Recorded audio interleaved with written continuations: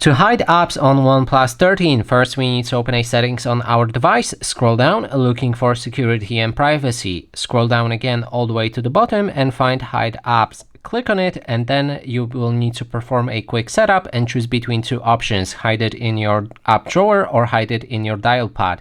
I recommend to go for the dial pad, which will allow you to basically hide your apps with the dial code. So now when we go for the unlock methods, access methods, then there's the dial pad right here and we can enter the code. I'm gonna go with 4403 hash 4403 hash, and then we can click on done. Our code is set up. Go back, and that way you'll be able to add different apps to the hidden place.